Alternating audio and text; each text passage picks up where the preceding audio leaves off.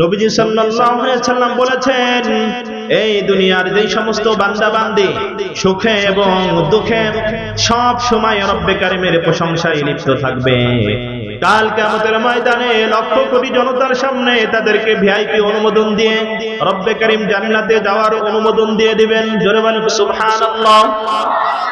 তাহলে কাল কিয়ামতের ময়দানে সর্বপ্রথম জান্নাতে যাওয়ার অগ্রিম সার্টিফিকেট কারা পাবেন?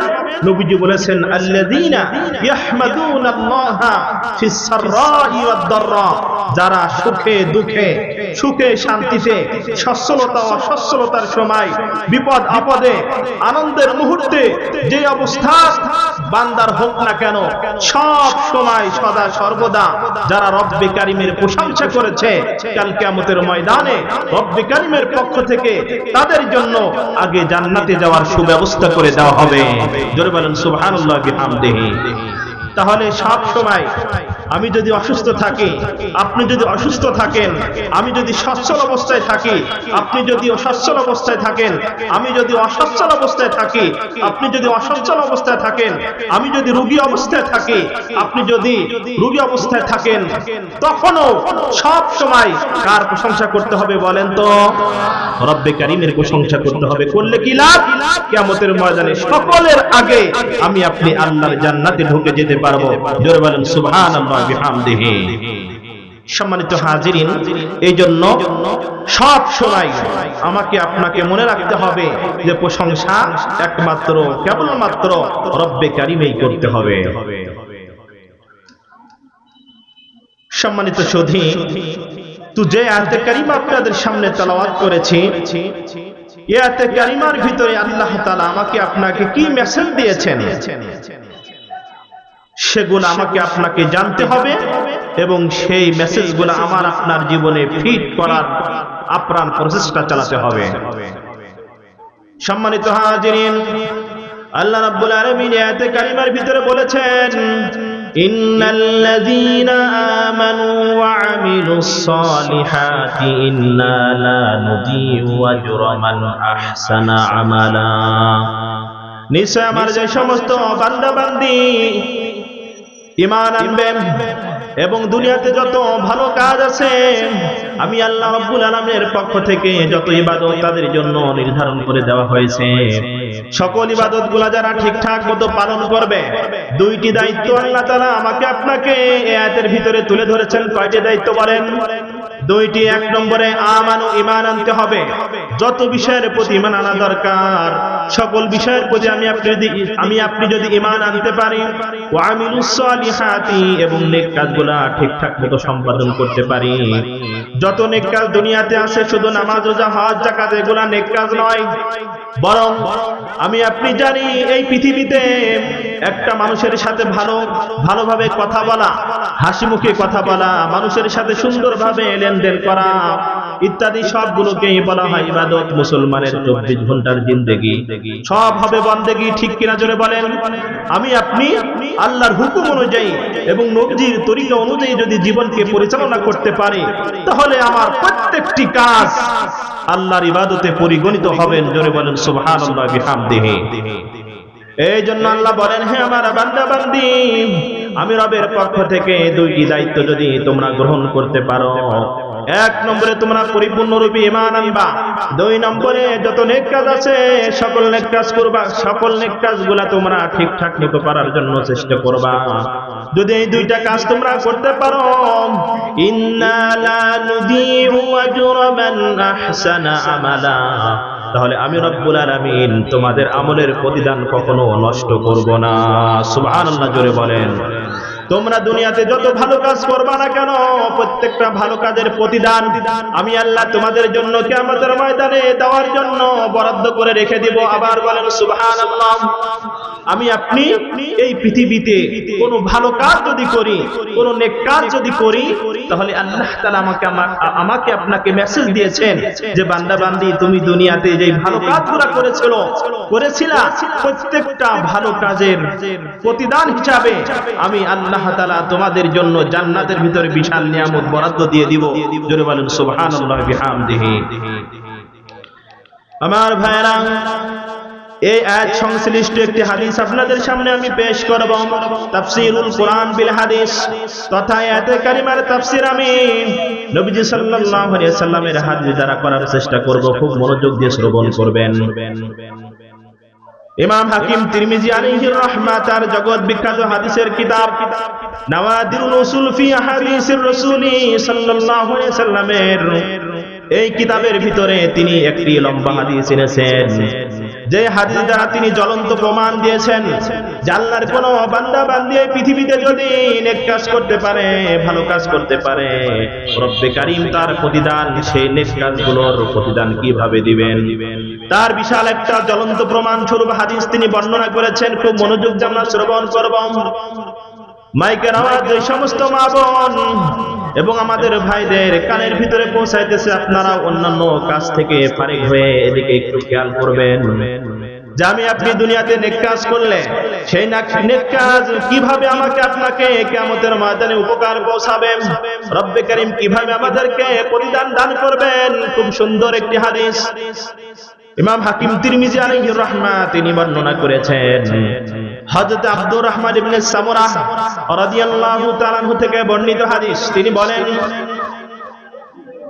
খরাজা আলাইনা রাসূলুল্লাহ সাল্লাল্লাহু আলাইহি ওয়াসাল্লাম, একদিন নবীজি সাল্লাল্লাহু আলাইহি ওয়াসাল্লাম আমাদের মাঝে বের হয়ে আসলেন।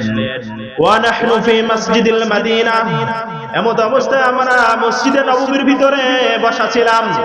আমরা সাহাবায়ে কেরাম মসজিদে নববীর ভিতরে বসা ছিলাম। এমন মুহূর্তে, এমন সময় আমাদের কলিজার টুকরা আকায়ে নামদার তাজাদের মদিনা জনাবে মুহাম্মদুর রাসূলুল্লাহ সাল্লাল্লাহু আলাইহি ওয়াসাল্লাম মসজিদে নববীর ভিতরে আগমন করলেন। ফাকাল, অতবার বললেন, ইন্নী রাআইতুল বারিহাতা আজাবা, ও আমার সাহাবীরা তোমরা শোনো, গত রাতের ভিতরে, গত রাত্রে আমি একটা আশ্চর্য ধরনের স্বপ্ন দেখেছি। গত রাতের ভিতরে আমি একটি আশ্চর্য ধরনের স্বপ্ন দেখেছি। সেই স্বপ্নের বৃত্তান্ত তোমাদেরকে জানানোর জন্য আমি তোমাদেরকে বসতে বলেছি।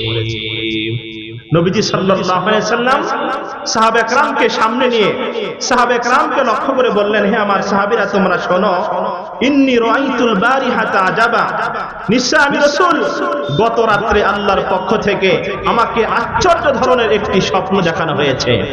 এরপর নবীজি সাল্লাল্লাহু আলাইহি ওয়াসাল্লাম সেই স্বপ্ন সাহাবায়ে কেরামের সামনে বর্ণনা করা শুরু করলেন। খুব মনোযোগ দিয়ে আমরা শুনব। আমার ভাইরা, নবীজি সাল্লাল্লাহু আলাইহি ওয়াসাল্লাম সাহাবায়ে কেরামকে লক্ষ্য করে বলা শুরু করলেন, রাআইতুল বারিহাতা আজাবান, আমি রাত্রের ভিতরে যে আশ্চর্য ধরনের স্বপ্ন দেখেছি, ও আমার সাহাবীরা তোমরা শোনো।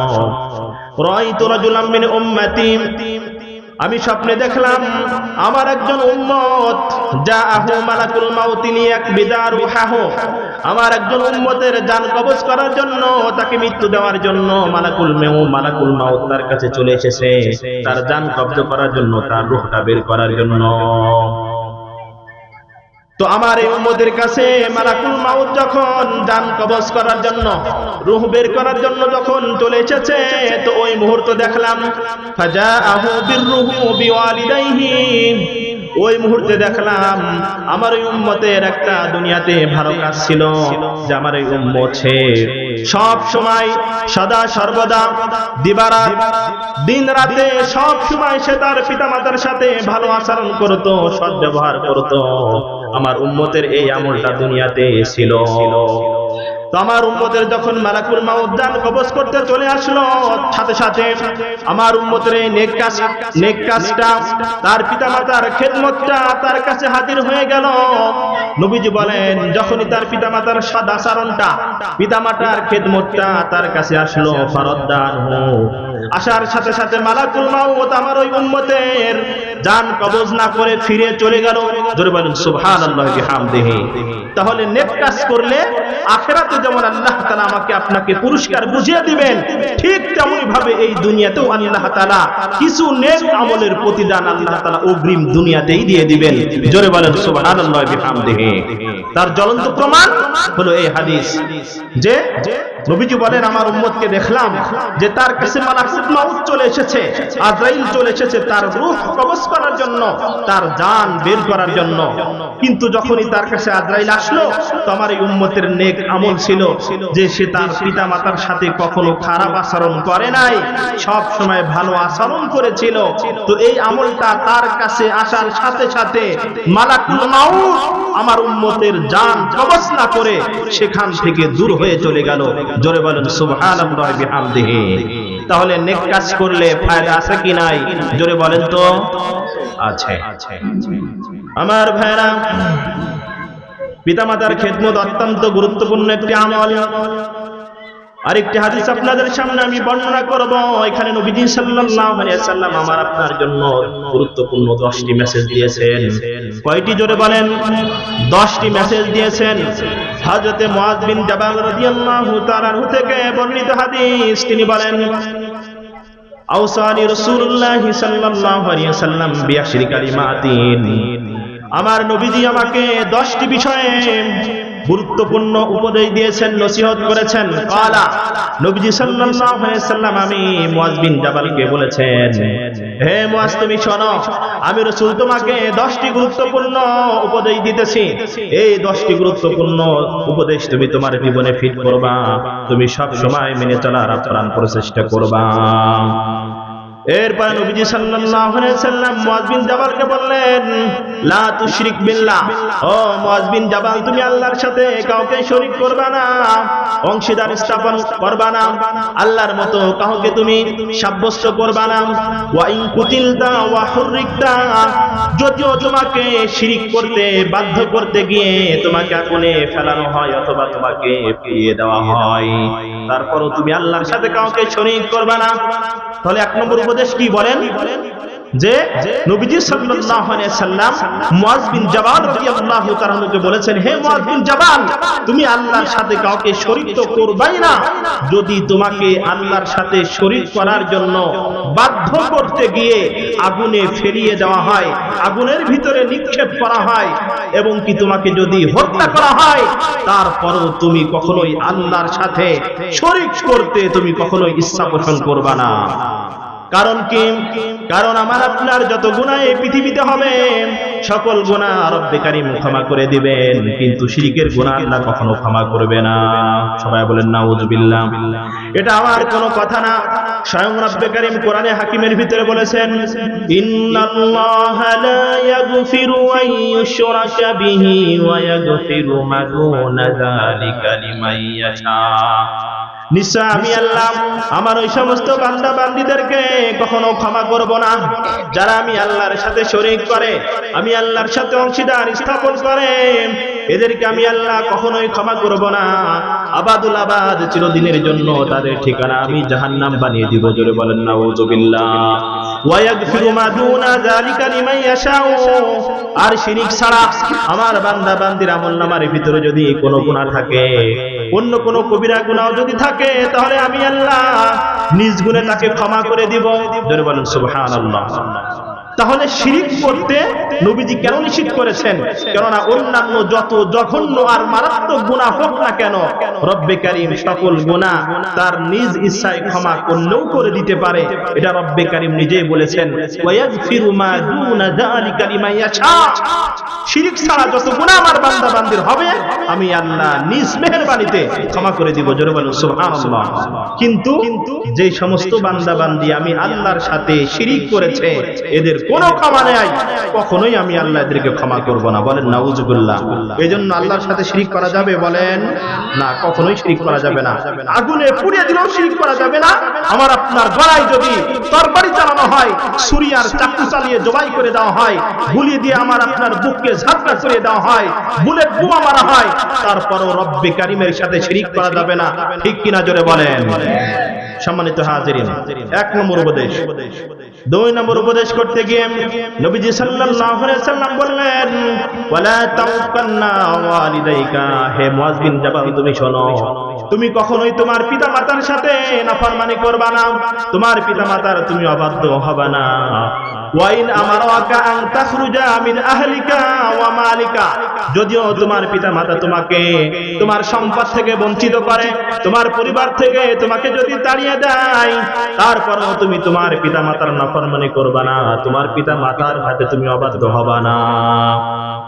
এখানে নবীজি সাল্লাল্লাহু আলাইহি সাল্লাম পিতামাতার সাথে সৎ ব্যবহারের গুরুত্ব দিতে গিয়ে একটা কথা বলেছেন যে মুআয বিন জাবাল, তুমি তোমার পিতামাতার সাথে কখনোই নাফরমানি করবে না।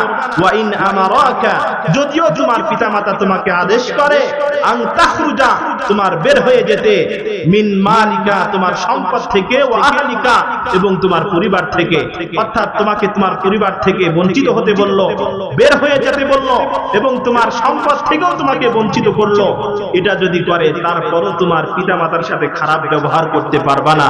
এখানে এই কথাটা নবীজি সাল্লাল্লাহু আলাইহি ওয়াসাল্লাম পিতামাতার সাথে সৎ ব্যবহারের গুরুত্ব বোঝাতে গিয়ে বলেছেন। তাই বলে পিতামাতা সন্তানকে কখনোই তার পরিবার থেকে আলাদা করার অধিকার রাখে না। মনে করেন কোন পিতামাতা যদি সন্তানকে তার স্ত্রী তো পরিবার, ঠিক কিনা জোরে বলেন, স্ত্রীকে যদি তালাক দিতে বলে, ডিভোর্স দিতে বলে, তাহলে কি দেওয়া যাবে? বলেন না, দেওয়া যাবে না। স্ত্রী যদি কোনো স্পষ্ট অপরাধ না করে, তাহলে পিতামাতা তাদের মন অনুযায়ী, তাদের ইচ্ছা অনুযায়ী যদি ছেলের বউকে তালাক দিতে বলে, তাহলে পিতামাতার কথা অনুযায়ী কখনোই ছেলে তার বউকে তালাক দিবে না। তালাক দিলে স্পষ্ট ওই স্ত্রীর উপরে জুলুম করা হবে, ঠিক কিনা জোরে বলেন। তবে স্ত্রীর ভিতরে যদি কোনো দোষ থাকে, স্ত্রী যদি শরীয়ত বহির্ভূত কোনো কাজ করে, গুনাহের সাথে যদি জড়িত থাকে, শ্বশুর শাশুড়ির সাথে যদি দুর্ব্যবহার করে, তখন যদি পিতামাতা ছেলেকে তার স্ত্রীর তালাক দিতে বলে, তখন তালাক দেওয়া শরীয়ত অনুমোদন দিয়েছে, তাছাড়া শরীয়ত অনুমোদন দেয় নাই। সম্মানিত হাজিরিন, ইসলামী শরীয়ত প্রত্যেকের হককে নিশ্চিত করেছে। এক পক্ষের হককে নিশ্চিত করে নাই, বরং উভয় পক্ষের হককে নিশ্চিত করেছে। পিতামাতার উপরে সন্তানের হককে যেমন নিশ্চিত করেছে, ঠিক সন্তানের উপরে পিতামাতার হককেও নিশ্চিত করেছে। স্বামীর উপরে স্ত্রীর হককে যেমন নিশ্চিত করেছে, ঠিক স্ত্রীর উপরে স্বামীর অধিকার গুলোকেও নিশ্চিত করেছে, ঠিক কিনা জোরে বলেন। শুধুমাত্র স্ত্রীরা স্বামীদের খেদমত করবে আর স্বামীরা সারা জীবন খেদমত নিবে, ইসলাম এটা বলে নাই। বরং স্বামীরা যেমন স্ত্রীদের কাছ থেকে ভালো ব্যবহার পাওয়ার অধিকার রাখে, ঠিক তেমনি ভাবে স্ত্রীরা স্বামীর কাছ থেকে ভালো ব্যবহার পাওয়ার অধিকার রাখে, ঠিক কিনা জোরে বলেন।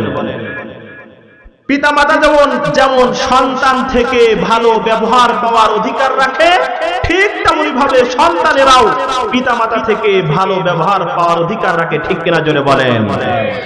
আপনি আমার আপনার সন্তানের সাথে যদি দুর্ব্যবহার করি, আপনি আমার আপনার সন্তানের হুকুক আর অধিকারগুলা যদি আদায় না করি, পরবর্তীতে এই সন্তান কখনো আমার আপনার সাথে ভালো ব্যবহার করবে না, আমার আপনার হক আদায় করতে যত্নশীল হবে না, জোরে বলেন ঠিক কিনা। এই জন্য ভাইরা আমার আপনার সন্তানদের থেকে সৎ ব্যবহার আর ভালো ব্যবহার পেতে হলে সর্বপ্রথম সন্তানদেরকে আমাদের ভালো ব্যবহার দিতে হবে, ঠিক কিনা জোরে বলেন। নবীজির সাহাবী হযরত মুআয বিন জাবাল রাদিয়াল্লাহু তাআলা বলেছেন, রুব্বা ওয়ালিদাইনে আকাইনিল ওয়ালাদা, অনেক পিতামাতা এই পৃথিবীতে এমন আছে যেই পিতামাতাগুলো, যেই মা বাবাগুলো তার সন্তানেরও নাফরমানি করে। কি বুঝলেন? আমরা তো এতদিন জানতাম যে শুধুমাত্র কেবলমাত্র সন্তানেরাই পিতামাতার সাথে নাফরমানি করে, ঠিক কিনা? শুধু এটা জানতাম না। কিন্তু হযরত মুআয বিন জাবাল রাদিয়াল্লাহু তাআলা যেই কথাটি বলেছেন, রুব্বা ওয়ালিদাইনে আকাইনিল ওয়ালাদা, যে এই পৃথিবীর বুকে অনেক মা বাবা, অনেক পিতামাতা এমন আছে যারা সন্তানের নাফরমানি করে, অর্থাৎ সন্তানের হক আর অধিকারগুলা আদায় করার গুরুত্বই দেয় না, ঠিক কিনা জোরে বলেন। এই জন্য রব্বে কারীমের আয়াত আল্লাহ তাআলা বলেছেন, ইয়া আইয়ুহাল্লাযীনা আমানু, হে ঈমানদারেরা, কু আনফুসাকুম, তোমরা সর্বপ্রথম নিজেদেরকে জাহান্নামের আগুন থেকে বাঁচাও, ওয়া আহলিকুম, এবং তোমাদের পরিবার বর্গদেরকেও জাহান্নামের আগুন থেকে বাঁচানোর আপ্রাণ প্রচেষ্টা করো। তাহলে আল্লাহ তাআলা সর্বপ্রথম আমাকে আপনাকে বলেছেন যে হে আমার বান্দা বান্দীরা, তোমরা আমি আল্লাহর হুকুম পালনের মাধ্যমে, আমার নবীজির তরিকা অনুযায়ী চলার মাধ্যমে, আমার নবীজি যা মানতে বলেছেন, আমার নবীজি যা থেকে বিরত থাকতে বলেছেন, এগুলা পালনের মাধ্যমে তোমরা আগে নিজেদেরকে জাহান্নাম থেকে বাঁচাও। কে বলছেন? স্বয়ং রব্বে কারীম। কে বলছে বলেন? কথা বলেন, কে বলছে? আল্লাহ তাআলা এই আদেশ আমাদেরকে দিয়েছেন। 2 নম্বর আদেশ দিয়েছেন, ওয়া আহলিকুম, তোমাদের পরিবার বর্গ যারা আছে এদেরকেও তোমরা জাহান্নামের আগুন থেকে বাঁচানোর আপ্রাণ প্রচেষ্টা চালাও। এই আয়াতে কারিমার তাফসীর করতে গিয়ে হযরত আলী ইবনে আবি তালেব রাদিয়াল্লাহু তাআলা বলেছেন যে তোমরা তোমাদের পরিজনদেরকে কিভাবে জাহান্নামের আগুন থেকে বাঁচাবা। এখানে আলী রাদিয়াল্লাহু তাআলা 2টি জিনিসের মাধ্যমে আমাকে আপনাকে আদেশ করেছেন যে তোমরা তোমাদের পরিবারের লোকদেরকে 2টি জিনিস শিক্ষা দেওয়ার মাধ্যমে তাদেরকে জাহান্নামের আগুন থেকে বাঁচানোর চেষ্টা করবা। কয়টা জিনিস বলেন তো? 2টা জিনিস। 1 নম্বর, আদিবহুম, ও দুনিয়ার বান্দা বান্দীরা, ও দুনিয়ার নবীজির উম্মতিরা, তোমরা শোনো, তোমাদের পরিজনদেরকে 1 নম্বর জাহান্নামের আগুন থেকে বাঁচানোর চেষ্টা করতে হলে যেই কাজটা তোমাদের করতে হবে সেটা হলো তাদেরকে শিষ্টাচারিতা, ভদ্রতা, মানুষের সাথে কিভাবে উঠা বসা করতে হবে, এই বিষয়গুলা তোমরা তোমাদের সন্তান এবং পরিবার, তোমাদের অধীনস্থ যারা আছে তাদেরকে শিক্ষা দেবা। তাহলে আমার আপনার পরিবার বর্গকে জাহান্নামের আগুন থেকে বাঁচানোর প্রথম উপায় কি বলেন? তাদেরকে শিষ্টাচারিতা শিক্ষা দিতে হবে, তাদেরকে ভদ্রতা শিক্ষা দিতে হবে। ঠিক কিনা জোরে বলেন? নাম্বার 2, হযরত আলী রাদিয়াল্লাহু তাআলা বলেছেন, ওয়া আল্লিমুহুম, তোমাদের সন্তান সন্ততি যারা আছে, তোমাদের অধীনস্থ যারা আছে, এদেরকে কোরআন হাদিসের সঠিক জ্ঞান শিক্ষা দেওয়ার মাধ্যমে তাদেরকে জাহান্নামের আগুন থেকে বাঁচানোর আপ্রাণ প্রচেষ্টা চালাবা। তাহলে কয়টি বিষয় পাইলাম? কথা কন না কেন? 2টি বিষয়। 1 নম্বর, তাদেরকে আমাদের অধীনস্থ যারা আছে তাদেরকে শিষ্টাচারিতা, ভদ্রতা, আমল আখলাক শিক্ষা দিতে হবে। 2 নম্বর, কোরআন হাদিসের সঠিক জ্ঞান তাদের ভিতরে ঢোকানোর চেষ্টা করতে হবে। এই 2টা জিনিস যদি আমরা তাদেরকে শেখানোর চেষ্টা করি, আশা করা যায় এই 2টা জিনিসের বিনিময়ে তারা দুনিয়াতে সুন্দর মতো জীবন যাপন করতে পারবে, আল্লাহর হক আদায় করতে পারবে, আল্লাহর ইবাদত করতে পারবে, এবং তারা ইন্তিকালের পরে জাহান্নাম থেকে মুক্তি পেয়ে আল্লাহর জান্নাতে ঢুকতে সক্ষম হবে। জোরে বলেন সুবহানাল্লাহি ওয়া বিহামদিহি। সম্মানিত হাজিরিন, তাহলে নবীজি সাল্লাল্লাহু আলাইহি সাল্লাম এখানে মুআয বিন জাবাল রাদিয়াল্লাহু তাআলা আনহুকে 2 নম্বর যে ওসিয়ত করেছেন সেটা হলো তুমি তোমার পিতামাতার সাথে নাফরমানি করবা না। তাহলে এখানে শুধুমাত্র পিতামাতার অধিকারকে নিশ্চিত করা হয় নাই, সন্তানের অধিকারকেও নিশ্চিত করা হয়েছে। এই জন্য ভাইরা, আমরা আমাদের সন্তানের অধিকারগুলো আদায় করতে যত্নশীল হব, তাহলে পরবর্তীতে নেক্সট টাইমে এই সন্তানেরা আমাদের অধিকারগুলা আদায় করতে যত্নশীল হবে। ঠিক কিনা জোরে বলেন? আল্লাহ আমাদের সকলকে বুঝবার, আমল করবার তৌফিক দান করুক, বলেন আমিন। আমার ভাইরা, নবীজি সাল্লাল্লাহু আলাইহি সাল্লাম হযরত মুআয বিন জাবাল রাদিয়াল্লাহু তাআলা আনহুকে 3 নম্বর যে গুরুত্বপূর্ণ উপদেশ দিয়েছিলেন সেটা হলো ওয়ালা তাতরুকান্না সালাতান মাকতুবাতান মুতাআম্মিদান। ও আমার পিরানের কলিজার টুকরা সাহাবী মুআয বিন জাবাল, তুমি শোনো, তুমি কখনোই ইচ্ছাকৃতভাবে কোন ধরনের সমস্যার সম্মুখীন হওয়া ছাড়া 1 ওয়াক্ত ফরজ নামাজ তুমি তরক করবা না, 1 ওয়াক্ত নামাজ তুমি ছাড়বা না। তাহলে কি ছাড়তে নিষেধ করেছেন নবীজি? নামাজ ছাড়তে নিষেধ করেছেন। কি ছাড়তে বলেন? নামাজ ছাড়তে নিষেধ করেছেন। নবীজি সাল্লাল্লাহু আলাইহি সাল্লাম নামাজ ছাড়তে কেন নিষেধ করেছেন? খুব মনোযোগ দিয়ে শুনবেন। নবীজি বলেন, ফাইন্না মান তারাকা সালাতান মাকতুবাতান মুতাআম্মিদান ফাকাদ বারিয়াত মিনহু জিম্মাতুল্লাহ, আল্লাহর কোন বান্দা বান্দি ইচ্ছাকৃতভাবে কোন ধরনের সমস্যার সম্মুখীন হওয়া ছাড়া যদি এক ওয়াক্ত নামাজ তরক করে, ছেড়ে দেয়, কাজা করে, নামাজ যদি না পড়ে, তাহলে তার থেকে আল্লাহর জিম্মাদারি মুক্ত হয়ে যায়। বলেন নাউযুবিল্লাহ। এক ওয়াক্ত নামাজ কোন আল্লাহর বান্দা বান্দি যদি ইচ্ছাকৃতভাবে, কোনো সমস্যা নাই, কোনো ওজর নাই, অলসতাবশত শয়তানের ওয়াসওয়াসায় এক ওয়াক্ত নামাজ যদি তরক করে, নবীজি বলেছেন ফাকাদ বারিয়াত মিনহু জিম্মাতুল্লাহ, তার থেকে আল্লাহর জিম্মাদারি, আল্লাহর দায়িত্ব খালাস এবং মুক্ত হয়ে যায়। বলেন নাউযুবিল্লাহ। সম্মানিত হাজিরিন, আমরা এই পৃথিবীর বুকে কার দয়ায় এবং অনুগ্রহে এবং নেক দৃষ্টিতে বেঁচে আছি বলেন তো? আল্লাহর। আল্লাহর দয়া যদি আমার আপনার উপরে না থাকতো, আমি আপনি এই দুনিয়াতে চলতে ফিরতে পারতাম বলেন তো? কখনোই না। এখানে নবীজি বলেছেন যে তুমি যদি নামাজ স্বেচ্ছায় তরক করো, তাহলে তোমার থেকে আল্লাহর জিম্মাদারি খালাস হয়ে যাবে।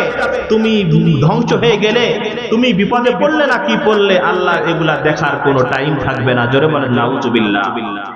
সম্মানিত হাজিরিন, আজ আমি আপনি সহ এই পৃথিবীর অনেক বান্দা বান্দি আছে যারা নামাজের প্রতি কোনো গুরুত্ব দেয় না। জোরে বলেন ঠিক কিনা? নামাজের কথা বললে তারা আবার বলে নামাজ না পড়লে ও আমাদের ঈমান ঠিক আছে। এমন কথা বলনেওয়ালা মানুষ আছে কি নাই বলেন তো ভাইরা আমার? এবার নবীজির হাদিস শুনেন। নবীজি সাল্লাল্লাহু আলাইহি ওয়াসাল্লাম বলেছেন লা ঈমানা, ওই ব্যক্তির কোনো ঈমান নাই, লিমানিল্লাহ সালাতালা, তার কোনো নামাজ নাই, অর্থাৎ যে নামাজ পড়ে না সেই ঈমানদার বলে কখনো নিজেকে ঈমানদার বলে দাবি করতে পারবে না। কার কথা? নবীজি সাল্লাল্লাহু আলাইহি ওয়াসাল্লামের কথা। নবীজি এখানে বললেন যার নামাজ নাই তার ঈমান নাই। অথচ কিছু মানুষের মুখে বলতে শোনা যায়, আরে ভাই নামাজ না পড়লেও আমার ঈমান ঠিক আছে। তাহলে তার এই কথাটা সত্য না 100% ভুল বলেন তো? 100% মিথ্যা কথা তার কথাটা, তার এই দাবিটা। কারণ নবীজি বলেছেন ওই ব্যক্তির ঈমান নাই, ওই ব্যক্তি নিজেকে কখনোই ঈমানদার বলে দাবি করতে পারবে না যে নামাজ পড়ে না। আর তুমি বললে আমি নামাজ না পড়লে ঈমান ঠিক আছে, তোমার কথার সাথে নবীজির কথার বিপরীত হয়ে গেল। আর নবীজির কথা কাদের সাথে আমার আপনার কথা কাজ যদি মিল না থাকে, বিপরীত হয়ে যায়, তাহলে আমার আপনার মুক্তির কোনো আশা করা যাবে বলেন তো? যাবে না।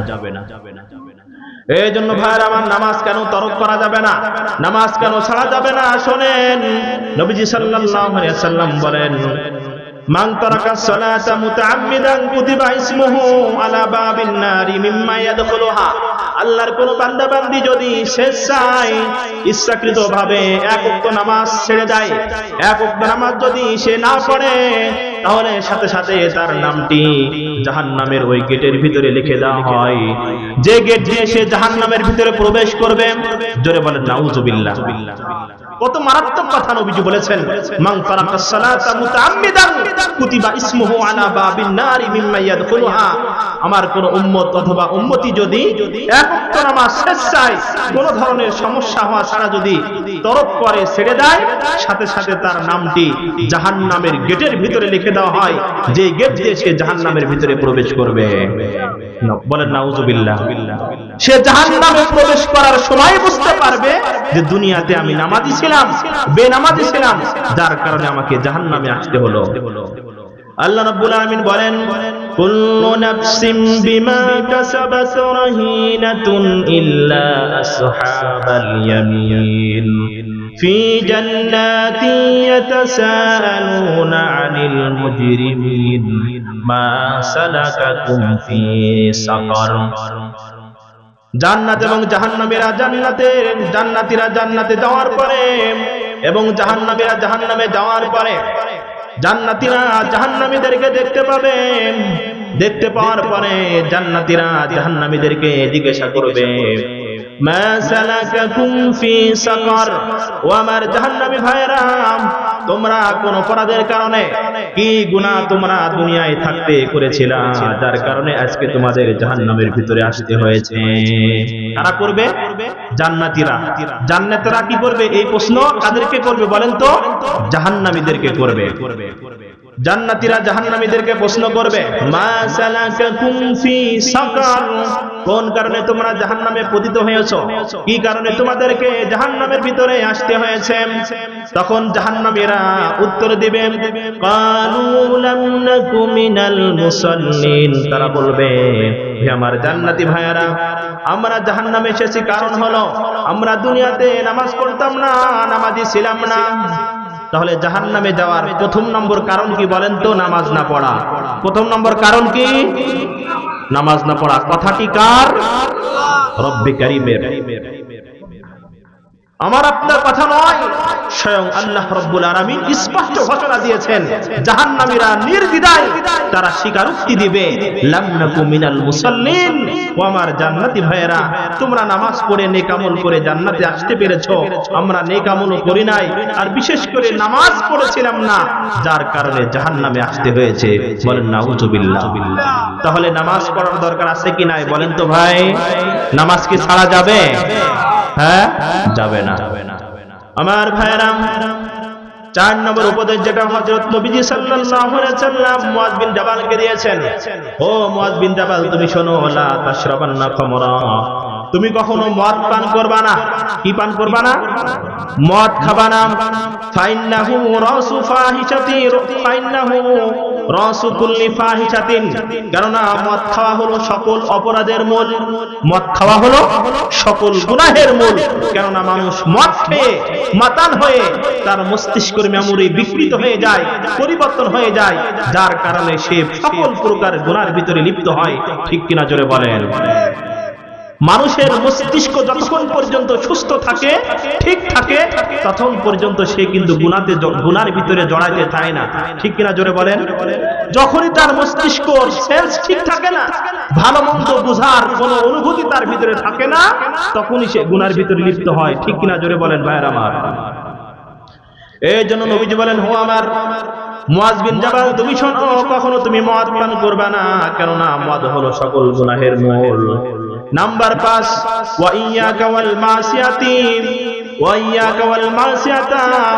ও মুআয বিন জাবাল, দুনিয়াতে যত নাফরমানিমূলক কাজ আছে, যত গুনাহের কাজ আছে, তুমি সকল গুনাহের কাজ থেকে বিরত থাকবা, কোন গুনাহের ভিতরে তুমি লিপ্ত হবে না।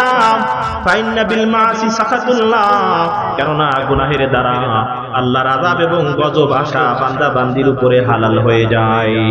জোরে বলেন নাউযুবিল্লাহ। নবীজি বললেন, ফাইন্না বিল মাসি হাল্লা সাখাতুল্লাহ। মুআয বিন জাবাল, তুমি গুনাহ কেন করবা না?